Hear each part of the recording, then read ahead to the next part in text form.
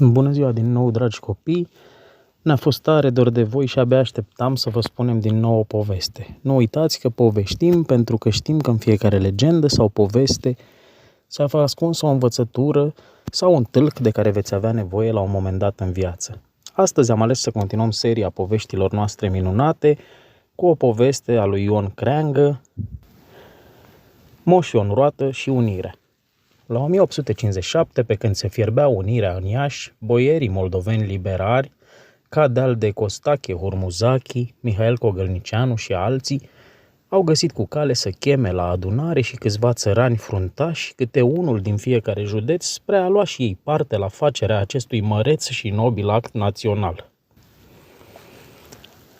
Cum au ajuns țăranii în Iași, boierii au pus mână de la mână, de i-au ferchezuit frumos și i-au îmbrăcat la fel, cu chelburi albe și cu jmenouă, de se mirau țăranii ce berechet i-a găsit. Apoi, se zice că i-ar fi dat pe seama unuia dintre boieri să le ție cuvânt ca să-i facă a înțelege scopul chemării lor la Iași. Oameni buni, știți pentru ce sunteți chemați aici, între noi? Zise boierul cu blândeță.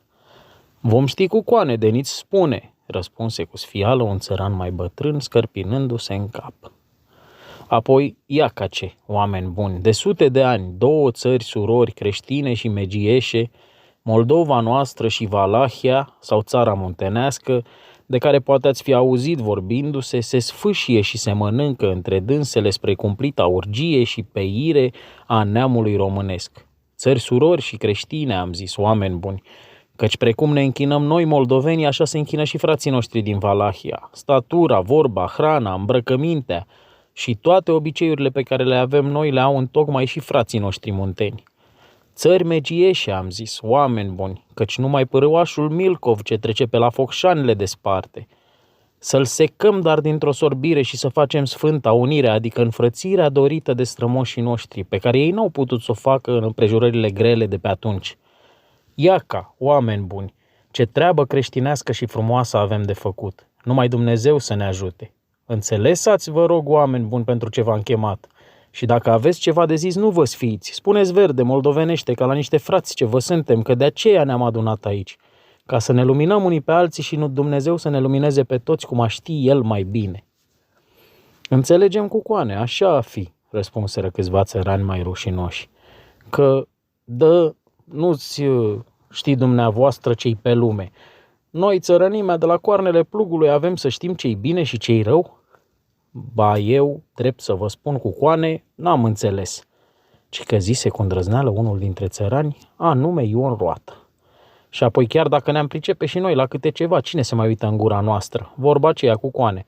Țăranul când merge tropăiește și când vorbește hodorogește. Să ierte cinstită fața dumneavoastră.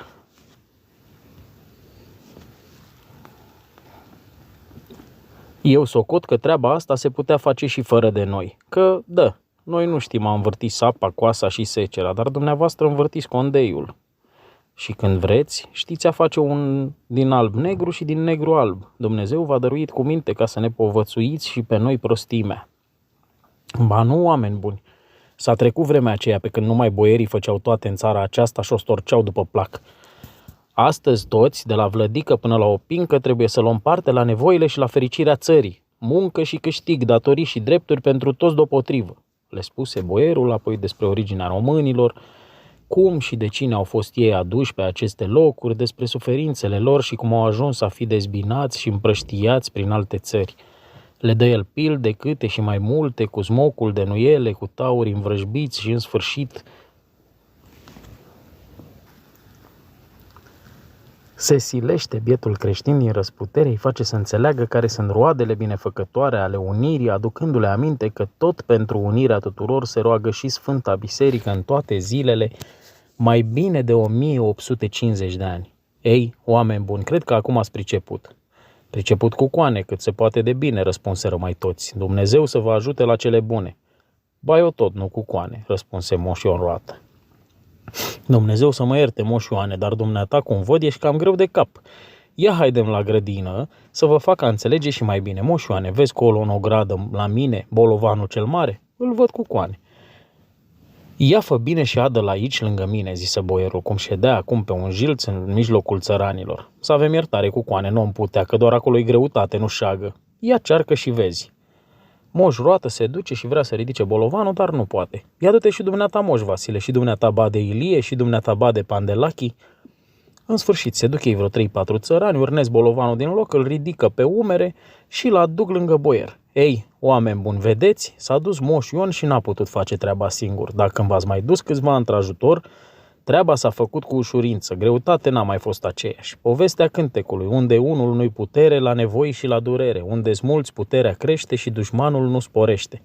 Așa și cu unirea, oameni buni. Credeți dumneavoastră că de a ajuta Dumnezeu a se uni Moldova cu Valahia, avem să fim numai atâția? Frații noștri din Transilvania, Bucovina, Basarabia și cei de peste Dunăre, din Macedonia și de prin alte țări ale lumii, numai să ne vadă că trăim bine și ei se vor bucura și ne vor iubi, de n-or mai îndrăzni dușmanii în vecii vecilor a se lega de români. Dar apoi frații noștri de sânge, franțuzii, italienii, spaniolii și portughezii, ce așteaptă? La orice întâmplare, Doamne ferește, stau gata să-și verse sângele pentru noi. Unirea face puterea, oameni buni. Ei, acum cred că ați înțeles și răs înțeles. Ba eu unul să iertați dumneavoastră cu coane, încă tot n-am înțeles, răspunde Moș Roată. Cum se face, Moș Ioane? Mai bine ceva întâlmăcit și un copil putea să înțeleagă. Mai așa cu coane, răspunseră celălalt.